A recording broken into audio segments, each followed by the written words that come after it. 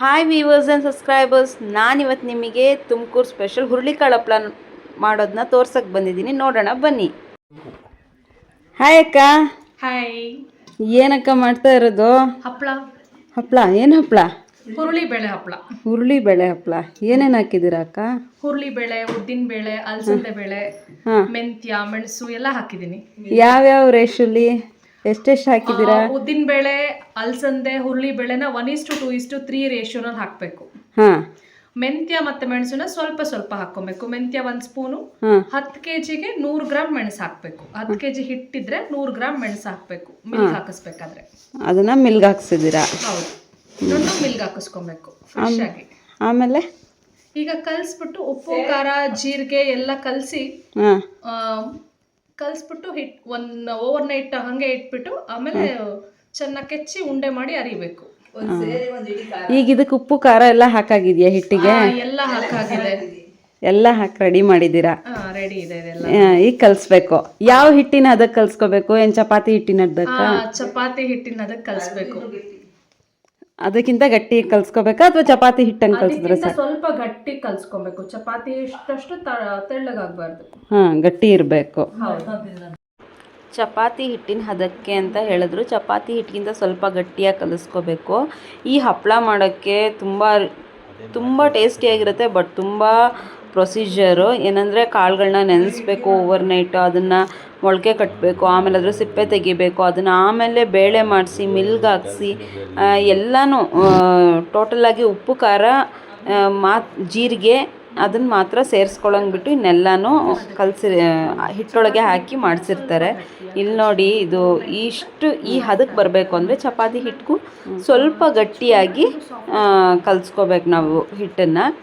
ಸ್ವಲ್ಪ ಗಟ್ಟಿ ಇದ್ದರೆ ಚೆನ್ನಾಗಿ ಬರುತ್ತೆ ಅಂತ. ತುಂಬ ಸಾಫ್ಟ್ ಆಗಿಬಿಟ್ರೆ ಓವರ್ ನೈಟ್ ಇಡ್ತೀವಲ್ವ, ಇನ್ನೂ ಸಾಫ್ಟ್ ಆಗಿಬಿಡುತ್ತೆ. ಕಿಚ್ ಕಿಚ್ ಆಗಬಾರ್ದು. ಹಿಟ್ಟು ಸ್ವಲ್ಪ ಗಟ್ಟಿ ಇರಬೇಕು. ಹಾಗಾದರೆ ಹಪ್ಪಳ ಚೆನ್ನಾಗಿರುತ್ತೆ. ಟೋಟಲಾಗಿ ಕಲಸಿರೋ ಹಿಟ್ಟು ಇಷ್ಟು. 10 kg ಹಿಟ್ಟು ಕಲಿಸಿದ್ದಾರೆ ನೋಡಿ. ಈ ಥರ ಹಪ್ಪಳನ ಚಚ್ಕೋಬೇಕಂದ್ರೆ ನೆಲ ಎಲ್ಲ ಕ್ಲೀನ್ ಮಾಡ್ಕೊಂಡಿದ್ದೀವಿ ನಾವು. ಕ್ಲೀನ್ ಮಾಡಿಕೊಂಡು ನೆಲಕ್ಕೆ ಸ್ವಲ್ಪ ಎಣ್ಣೆ ಹಚ್ಕೊಂಡು ಆಮೇಲೆ ಇದೇ ಕೋಲಲ್ಲಿ ಚಚ್ಕೋತಾ ಇದ್ದೀವಿ. ಹಿಂಗೆ ಚಚ್ಚಿದಾಗ ಹಿಟ್ಟು ಅದು ಟೆಕ್ಸ್ಚರ್ ಸಾಫ್ಟ್ ಆಗುತ್ತೆ.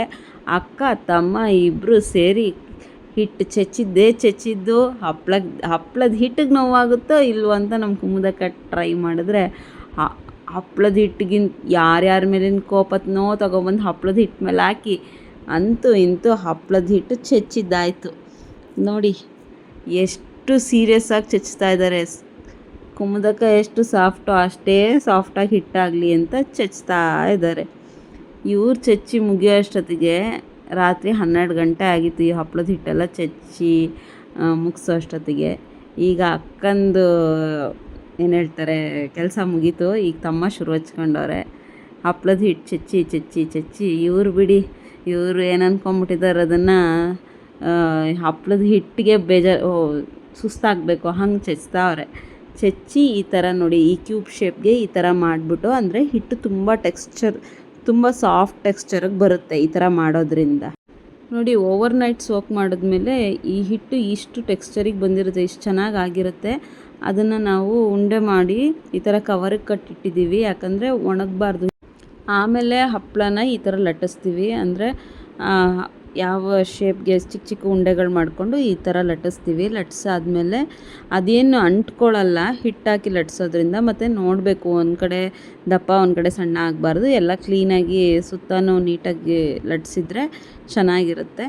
ಇದನ್ನು ಹೀಗೆ ಒಣಗಿಸ್ಬಿಟ್ಟು ಹೀಗೆ ನೆರಳಲ್ಲೇ ಒಣಗಿಸಿ ಆಮೇಲೆ ಬಿಸಿಲಿಗೆ ಹಾಕಿದ್ರೂ ಆಯಿತು. ಚೆನ್ನಾಗಿ ಒಣಗಿಸ್ಬೇಕಷ್ಟೆ. ಈ ಹುರುಳಿಕಾಳು ಹಪ್ಪಳದ ಫುಲ್ ಪ್ರಿಪ್ರೇಷನ್ ಅಮ್ಮ ಅಂದು. ನಾವು ಸುಮ್ಮನೆ ವೀಡಿಯೋಗೆ ಪೋಸ್ಟ್ ಕೊಟ್ಟಿದ್ದೀವಿ ಅಷ್ಟೇ. ತುಂಬ ಟೇಸ್ಟಿಯಾಗಿರುತ್ತೆ, ತುಂಬ ಚೆನ್ನಾಗಿರುತ್ತೆ. ಎಣ್ಣೆಲೂ ಕರಿಬೋದು, ಕೆಂಡದ ಮೇಲೂ ಸುಡ್ಬೋದು. ತುಂಬ ಟೇಸ್ಟಿಯಾಗಿರುತ್ತೆ. Thank you for watching. ಇನ್ನೊಂದು ವೀಡಿಯೋ ಜೊತೆ ಮತ್ತೆ ಸಿಗೋಣ. ಸಬ್ಸ್ಕ್ರೈಬ್ ಮಾಡಿ, ಶೇರ್ ಮಾಡಿ, ಲೈಕ್ ಮಾಡಿ, ವ್ಯೂ ಮಾಡಿ, ಬೆಲ್ ಬಟನ್ ಒತ್ತೋದು ಮಾತ್ರ ಮರಿಬೇಡಿ ವ್ಯೂವರ್ಸ್. ಬಾಯ್. ನೀವು ಹುರುಳಿಕಾಳು ಹಪ್ಪಳ ಮಾಡಿ ಟೇಸ್ಟ್ ಹೇಗಿದೆ ಅಂತ ಕಮೆಂಟ್ ಬಾಕ್ಸಲ್ಲಿ ಹಾಕಿ. ಬಾಯ್ ವ್ಯೂವರ್ಸ್, ಟೇಕ್ ಕೇರ್.